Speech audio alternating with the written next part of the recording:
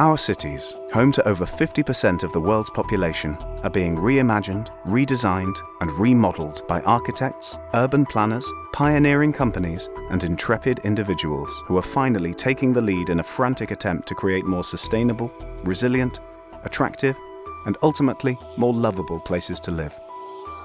Copenhagen, that happy place where bicycles outnumber residents, is regarded as the model for urban planning. Gehl Architects has shaped this city and continues to design and implement urban solutions for mobility across the globe.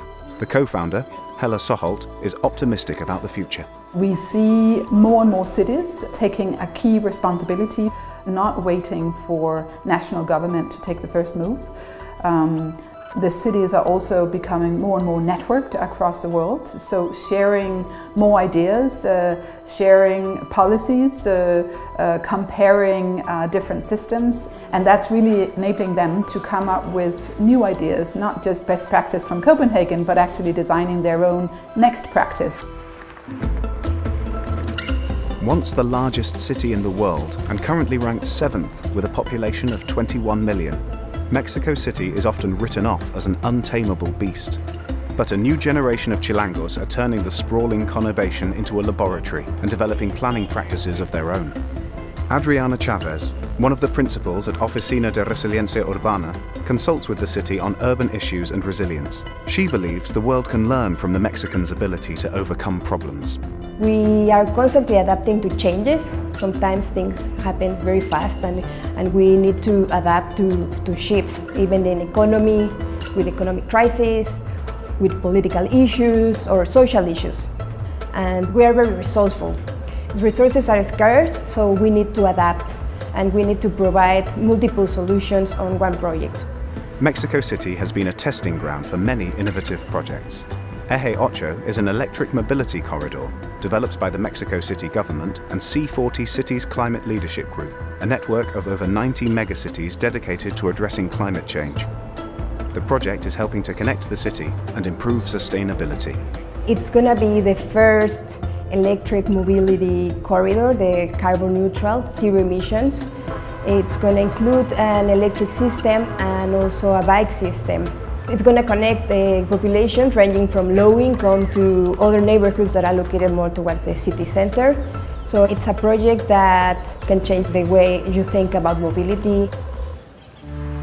Mobility and sustainability are the single most important factors affecting the development of cities and the health of their residents. As such, Audi is setting itself an objective of reaching zero emissions and openly embracing electric technology as the future of its business. Sustainable acting is a key factor of our daily business. So we have in our strategy 3 pillars, and one of those pillars is sustainability. We have to reduce our ecological footprint. That means we have to become trackless, and that's our aim.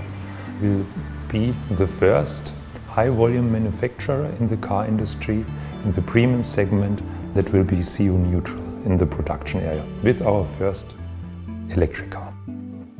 Dan Stubbergaard, the founder of COBE Architects in Copenhagen, is responsible for designing entire neighborhoods where quality of life and sustainability are paramount, and where car parks even double as playgrounds. In a city where charging stations overtook the number of petrol stations in 2017, he's currently working on an ambitious project to design the ultra-fast electric charging stations of the future. We thoroughly analyzed how we have been recharging our cars in the past, which is, a petrol station. It's in a way a very commercial plastic world, and it's polluting, it's smelling, it's asphalt, all these things. And we said, could we do it completely opposite? When you charge a clean electrical car, what experience should that be? It's not only about recharging your car, it's maybe also about recharging yourself. The buildings are made of only wood, where you also sustainably embed the CO2 in the material. There's a landscape design, so it's also in a way an oasis. So we put in a lot of these kind of more soft values to a pretty hardcore infrastructural place. Stubbergaard's understanding that innovation and sustainability can be combined with good design to create aesthetically pleasing urban environments is echoed in Mexico City.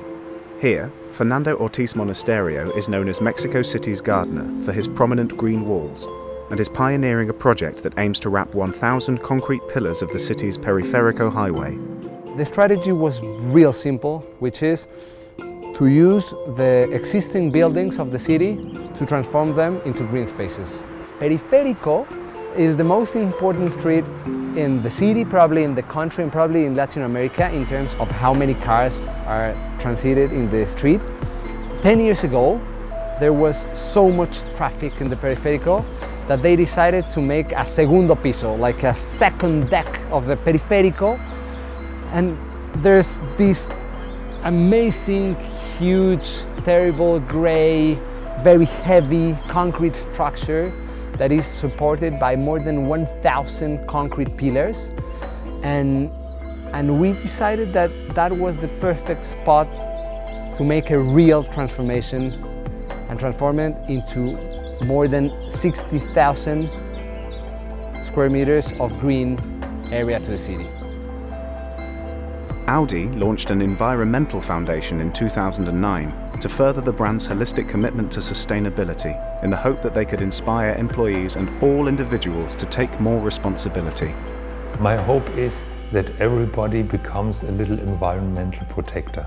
What we try to do with our foundation is that everybody learns that our world is not infinite, that resources are not endless, and that we have to economize our world, that our children and grandchildren have the same possibilities as we have.